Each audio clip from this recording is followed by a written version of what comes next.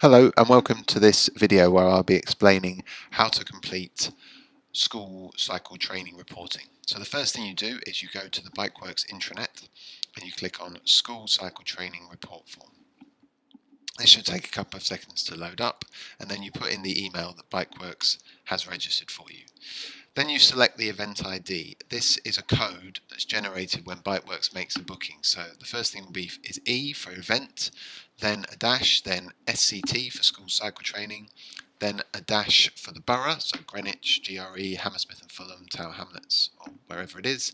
Then in this case it says Bikeworks, but it would say the name of the school, and then the date of the first session. So for this instance we'll do today. Also note that this only does up to 2 weeks of reporting, so this is intended for you to do very soon after the event. Then you pick the name of the person filling in this form. You pick the year group you worked with mostly.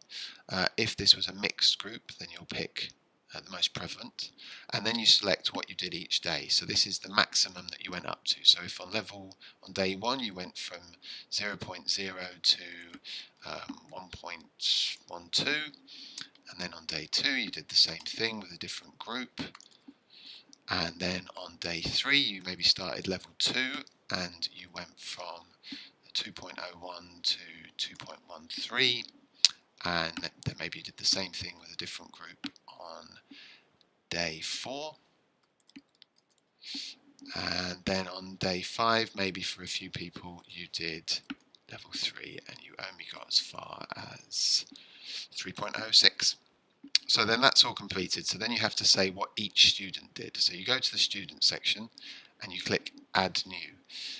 Now you select the student that you work with. This should be populated via information that the teacher has given us. So you select the student's name.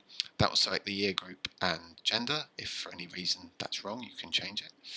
And then you look at what happened each day. So if the student didn't attend, say on day 1, you click the button and it clears where they started and finished at.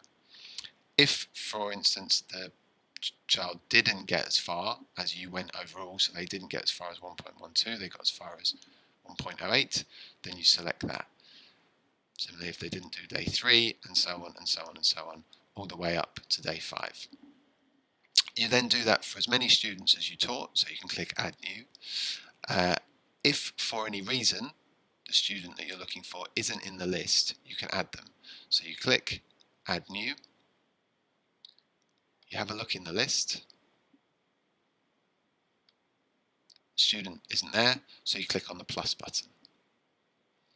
And then you select the detail of the event. So as I explained earlier, it would be E-school cycle training dash and then the borough that you worked in, the school you're at, and the day. So please make sure that you get this right if you do have to do this. You then fill in first name, surname, should also generate a full name, put gender, year group, any support needs. Obviously this is designed for before the event, so this section isn't so important. So you go through that. If for any reason you've got something wrong, you can change it, or if you want to delete a student, you can do. Finally, you get to the staffing. So you add the hours that were worked. So in this case, we'll say I was the instructor. You pick the start date and time of the session.